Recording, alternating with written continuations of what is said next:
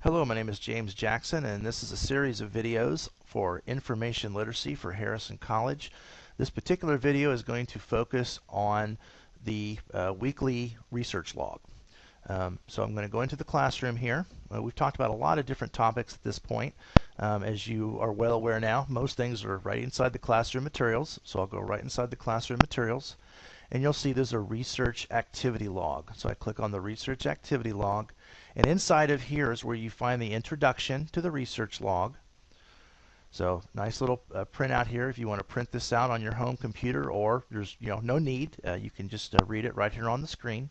But it gives you an introduction, the instructions, and some tips and tricks and things to keep in mind as you're working on your research log each week.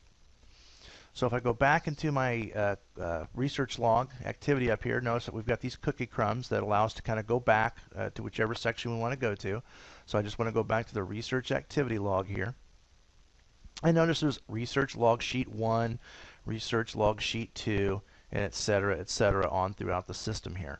So these are reflected for each week. So this would be for week 1, research log sheet 2 would be for week 2, research log sheet 3 would be week 3, et cetera, et cetera. So I'm going to click on research log sheet 1, which will be reflective of week 1. And this goes in and gives you a specific set of directions on things that you need to do for that particular week's research log. Notice this one is having you brainstorm some topics of interest. You can use Google, you can use HCAT, the Academic Search Premier. These are all databases within the Harrison College Learning Resource Library. The links are provided here as well for you. Once you've gone through and you're going to spend about 5 to 10 minutes skimming some of the resources, and then based on your results, you're going to decide if the topic will work. And if not, revise the idea or choose a different topic and repeat steps 3 and 4 and continue this process until you feel you have a good topic for your research paper. Remember, you're not going to write an actual research paper in this class. This is everything that leads up to the writing of the research paper, so this is going to prepare you for other courses that you take later where you may have to create a paper. So don't freak out. It's okay. There's no research paper requirement for this particular course, but it's everything that leads up to that. So in the documentation section, these are the things that you'll actually do for week 1. You're going to list the 3 possible topics that you came up while brainstorming. Choose the final topic. What is that final topic that you chose? And for all 3 of your searches, document the following. What did which system did you choose? Google, HCAT, Academic Search Premier. What terms did you use to search for this topic? For example, if you were doing a research topic on information literacy, you may type in information literacy. You may have just typed in literacy.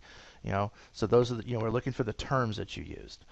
Number of results. Maybe you went to Google and you got a million results that came back, or maybe you got 20 results that came back. And then 2 to 3 sentences summarizing what you learned from exploring the resources that were returned by the search. So each one of these, remember, so you're going to have 3 different sections, and in each 3 sections you're going to have 2 or 3 sentences about each type of search.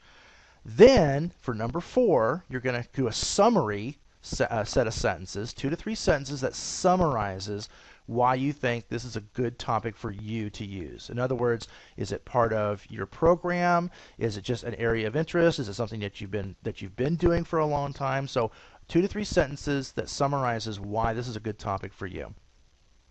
And that's going to conclude the week 1 research log. So this is all the information use Microsoft Word and type this information in.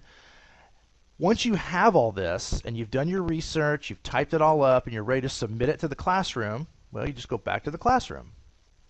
Now we're going to go into the actual week 1 section. Notice there's a section here for your tasks. We've seen this before. And we're going to click on the week 1 research log.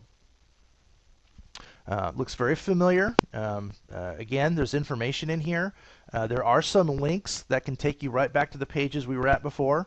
There are some browsers and some configurations on browsers that make these links not workable. That's okay. If you need to go back and read the introduction, or you want to go back and see something about log sheet 1, where do we go? You're right. We go back to a classroom.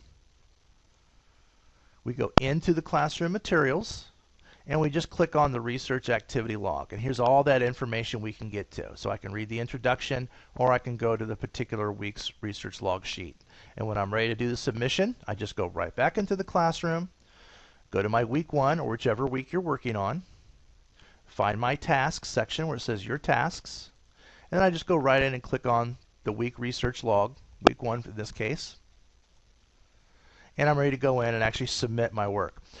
Notice there's a little piece of information here. If you're going to attach your work, make sure that it's got your last name, your first initial, the assignment name, and the week number. So for example, if this was someone with a first name of E and the last name of Smith, it'd be Smith _ E _ assignment 2 _ week 2. This helps me to keep track of your files when I click on them and they download to my computer, so that I'm grading the right paper. You don't want to grade for James Jackson if James Jackson doesn't know his information, because if I click on the wrong file not knowing it's yours, then I might be grading the wrong paper for you. So make sure that you type this in exactly as you see it here. And then you can put in a title information, you can type in the actual response, you can copy and paste from Word, you can type it in straight from here. If you don't, for some reason, have Microsoft Word, which by the way you should have because it's a requirement for the course. And then last but not least, you can also attach a document.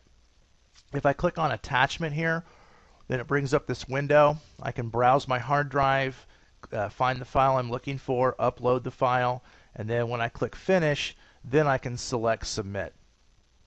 So either put in your title message and then submit, or if you're just going to do an attachment, you don't need to put anything else in here.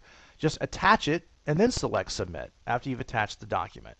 And then once that's done, I will see your file down here at the bottom. I will then know to grade it, and when I grade it, you can come back to this section and you'll see that your file has been graded with any comments that I've provided. By the way, make sure you read the comments. Oftentimes, if I think you're close to getting the assignment complete and you just need a little finishing work, I'll give you an opportunity to get more points. So read those comments, go back and finish the assignment using the comments I provide, resubmit it, and you can get more points for the assignment. So if you have any questions on that, please don't hesitate to give me a call, or if someone else is viewing this from some other class, that's perfectly fine. Just make sure you work with your instructor on what they're looking for and how they want that completed. So that concludes the research activity log. I hope this was helpful, and I hope you come back for other videos. Thank you. Bye.